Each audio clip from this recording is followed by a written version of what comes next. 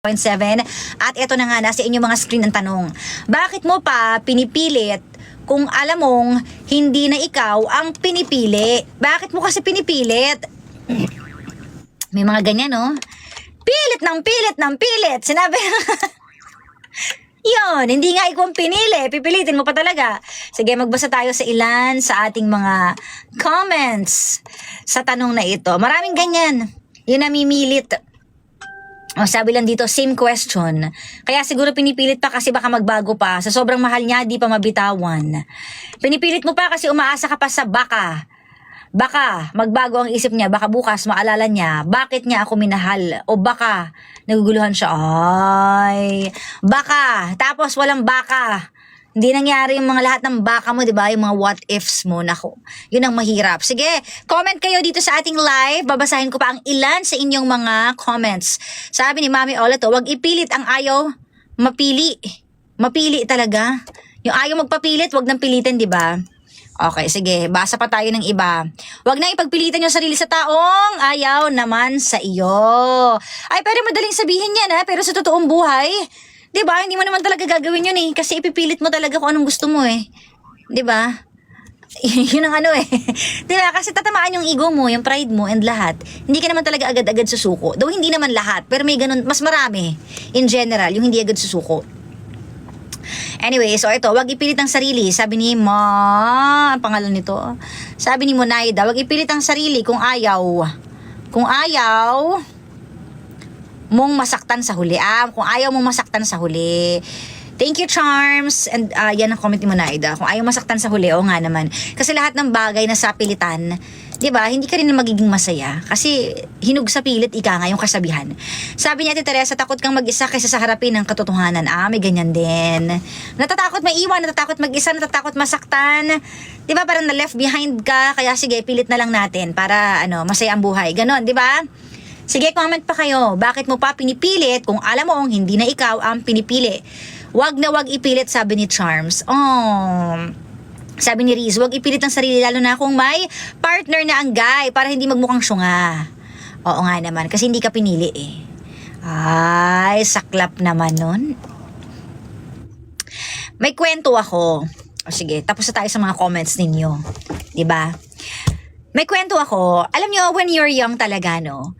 Lahat ng bagay, hindi ka natatakot harapin, hindi ka natatakot pag-isipan, hindi ka natatakot sabihin. Pero as we get older, bago na tayo minsan magsalita, iniisip na natin yung consequences. Kumbaga mas maingat na tayo eh. 'Di ba? Kaya sa love life, ganun din yun kung minsan. Nung medyo bata-bata pa tayo, pag sinabing ayoko na, hindi bakit? Anong problema? Magbabago ako, pipilit ko, gagawin ko lahat, 'di ba? Ipagpipilitan mo yung sarili mo kahit sinabi ng ayaw na talaga niya or iba na yung pinili niya, ipipilit mo talaga eh. Kasi ayaw mo maiwan, ayaw mo masaktan, ilalaban mo kasi palaban tayo mga bagets eh. Wow, tayong mga bagets, 'di ba? Palaban tayo eh. Gusto natin makuha talaga yung gusto natin. Pero pag tumatanda pala tayo, no, at nagmamature tayo at marami na tayong pinagdaanan, nare-realize natin na may mga bagay pala talaga na dapat mo na lang tanggapin. Kasi minsan, pag pinipilit mo, hindi naman ibig sabihin no, naging successful ka dahil naipilit mo yung gusto mo. Dahil sa dulo, naipilit mo nga, pero ang tanong, masaya ka ba? 'Di ba? Nag-enjoy ka ba? Or, 'di ba? Anong mangyayari after pag nakuha mo yung gusto mo? So minsan, nag-iisip-isip na rin tayo na di kung ayaw niya, edi palayain na lang din natin. Mas nakakapag-isip na tayo ng giving up. 'Di ba? Kapag talagang ayaw na sa atin at hindi na tayo pinili. Kasi dati, na-experience ko yan, yung talaga maghahabol ka, ipipilit mo talaga. Pero ngayon, pag nagkakaedad, no? Nagkakaedad talaga. Is the term. Marirealize mo na talagang sa buhay, minsan kapag ayaw talaga, i-let go mo na lang. 'Di ba? Hindi na ganoon ka strong yung fighting spirit mong ilaban pa. Kasi mas maiintindihan mo na wala eh. Hindi niya ako gusto, hindi niya ako pinipili, iba yung gusto niya. I-let go ko na lang talaga. Kahit masakit tatanggapin ko. Pero noon, kahit masakit, hindi tayo papayag. Ganon. 'Di ba? Ay grabe, may nagpapasend dito ng daming dolyare, si Charms. Thank you so much. So, ayun, kaya naman sinasabi, 'di ba, na mas maganda makikipagrelasyon ka pag medyo nagkaedad ka na kaysa sa bata. Kasi mas madaling masaktan kapag bagets, mas mahirap mag-isip kapag bagets. 'Di ba? Mas magiging kapag bagets, yung mas madali kang mabubroke, 'di ba? Mabubroken hearted. So, talagang pag-isipan mo mabuti ang pakikipagrelasyon. Though, ito naman talaga, kapag papasok ka sa relasyon, imposibleng hindi ka makakaranas ng kahit konting pain, di ba? Kasi kasama yun sa pagmamahal na magkakatampuhan, magkakaroon ng konting sigalot, ng away, ng ganyan. Pero pag too much pain, yan yung dapat mong isipin na, tama pa ba to or toxic na to? Diba? Yun na yun. So, sa mga bagets, sa mga Gen Z, hinay-hinay lang Pero alam nyo ngayon kasi yung mga Gen Z, hindi na sila agad-agad parang hindi sila pumapasok sa relasyon talaga. Parang mas okay sila mag-business, magpayaman.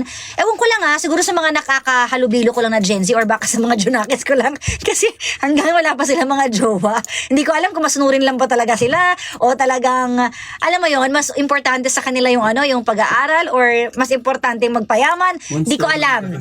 So, napansin ko lang sa mga Gen Z ngayon, medyo mas nag-iisip sila. At saka mas mature sila, in fairness. Diba? So, anyways, yun na nga. Dahil dyan, kapag pinilit, diba? Kapag halimbawa, pinilit mo isang bagay, isipin mo, magiging masaya ba ako? Hinug sa pilit, kaya niya lang ako inuuhan dahil pinilit ko. Diba? So, huwag mong pilitin ng mga bagay-bagay. Pag hindi ukol, hindi bubukol. Oh! O siya, usap tayo mamaya sa aking pagbabalik sa ating hot stories. Mamaya na yan, ano ang controversial love story mo? Aabangan ko yan mamaya at aabangan naming lahat. Kaya naman, tumutok lang. Well, baka ikaw na ang ating caller for this afternoon.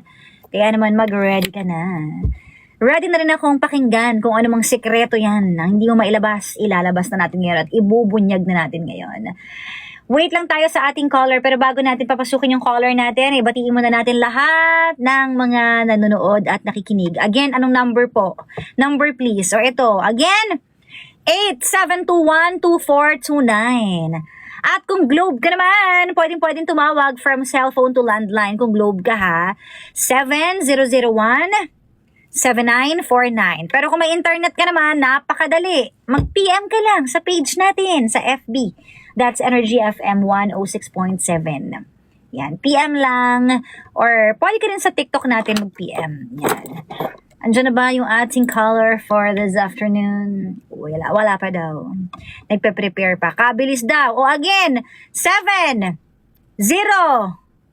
Parang bingo ha. 7001-7949. Again, 7001-7949. Alright. Watching from Bicol, Albay, Irene. Uy, balita ko sa Bicol daw nag-uulan ngayon ha. Mag-ingat po kayong lahat dyan at mag-prepare. Diba kailangan lagi tayong prepared. Lalo na sa mga ganyan, yung mga unexpected natin. Alam niyo naman ang panahon, minsan di mo mabasa kung ano ang balak niyang gawin. Parang yung jowa mo, di mo sure kung ano yung mga next plan. Bigla-bigla ka na lang magugulat, di ba? Ay, naku talaga. Uy, watching from Taiwan. Hi. Uy, watching from Taiwan. Hi kay Uy, watching from Taiwan. Hi kay Uy, watching from Taiwan. Hi. Salamat at magpapaalam na ako mga pangga. Panoorin niyo yung latest vlog ko sa aking YT channel. And follow niyo ako sa bago kong TikTok account. That's DJ Kara new account. Yung capital letters, wag yung maliliit kasi fake yon. Hindi ako yon, ha?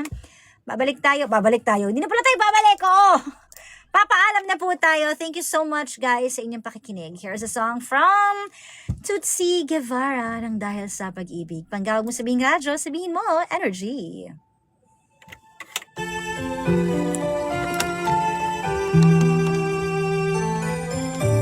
Nakaka-homesick. Parang di ko kaya mag-ibang bansa. Ayan ang nilalabanan ng mga ano. Okay na, te. Sorry na. Thank you sa mga nagsisend. Mga power mo.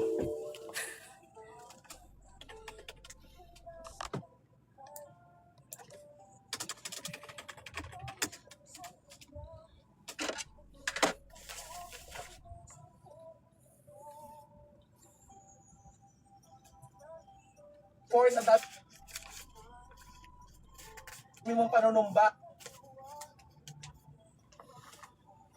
Wala ka sumba, haririnig mo lang sa labo nang dahil sa pag-ibig. Minsan ka na mag-effort, sa dami mong pag-ibig ng mahal na lubos ang puso ko ito na di umaasang kung pag-ibig mo dahil sa pag-ibig. Pag-effort, ang dami mong panunumba. Visit ka talaga. Sa power. Ano ba eh? Effort, ang dami mong panunumba. Wow, yung pa-effect. Siyempre. Tari naman. Effort Effort. Bakit lagi may party lang yun sa STG ni Papa Jackson? Ayun pala guys, sige, habang nandito na rin naman kayo lahat. Guys, yung sa party line kasi, yung mga connection kasi dito ng mga telephone is connected sa accounting, sa guard, tsaka dito sa Maytech. So, hindi po yun sinasabotage kasi witness naman ako nung time na nangyari yun. Like, kailan ba yun? Nung nakaraan, si chairman ata. Wednesday yun. So, na-witness ko naman na hindi naman intention talaga, guys. Hindi naman intention talaga na may dumot-dot, ganon. Kasi yung guard na nandito ata, parang tatawagan ata yung agency niya para mag-report, ganon. So, syempre, may mga reports sila for sure. So, yun. Kasi napanood namin ni chairman yun nung last time. Tapos yun, may napad kasi kami parang nag-viral ata na video na parang sinasabotage ko, no? Pero hindi talaga yung sinasabotage, guys. Talagang for the taranta rin kami no ni chairman. Ako nagbabantay nung live ni Pajak. Tapos at the same time, yung titignan namin kung saan nagagaling yung sound, tatanggalin yung line, ganon. So, yun lang naman. Huwag na kayo mag-overthink, guys. Hindi naman talaga yung sinasadya. Nagkataon lang talaga. Na during time ni Pajak, meron lang po ipindot. Pero yun, walang sabotage na nangyayari. Okay na ba tayo? Clear na ba tayong lahat doon? Sabotage. Oo. Kasi guys, kuha naman si chairman ba? Nawi-witness naman yan ni chairman na napapagalitan niya siya. Oo, madami naman talaga. Kasi naman 4 times na. Oo nga naman. Naintindihan ko naman kayo. Pero yun naman, sinabihan naman na. Yun. Kaya, yun nga. Yun nga lang din talaga. Kasi naulit kasi. Nung time na yun, first time ko lang kasi nakita na witness. Pero yung the rest na mga ilang araw, past few days na nangyari yun, wala ako Isang beses ko lang siya nalaman. Tapos yun, ganun na. Kasi kahit ako nung carjack din, di ba? Miss Cara may ganun. May tumutunog din. Oo. Nung Kahit sa carjack. sa hot stories. Hot stories meron? Minsan, oo. Alam ko lang sa hot stories kapag talaga yung may nagiging robot, yun talaga yung nagiging problema namin kapag nagiging robot yung caller, ganun. So, parang mag-cover. Alam ko na yung cover natin sa susunod. Alam mo yung we fell in love. Oh, maganda yun Nakanta niyo na ba yun? Yung Love Me For Who I Am ba yun? Love me for a reason. Hindi yun! Let me be together. Hi, for hot girl.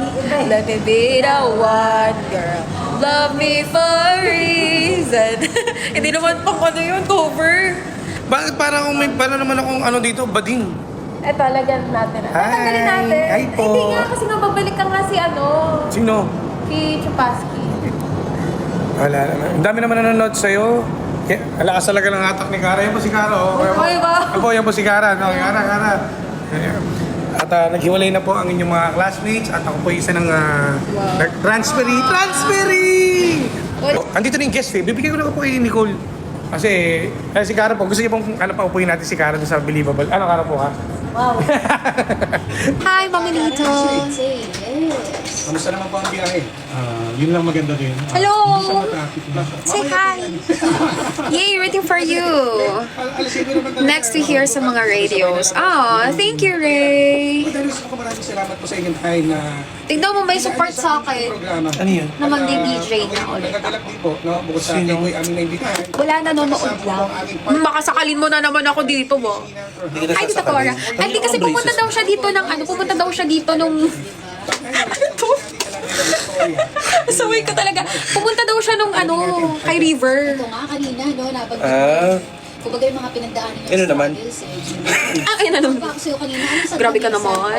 Hello, Tita Cora daw. Si Ray, tsaka si Love Jude. Ah, okay. Oh, yeah, I know him.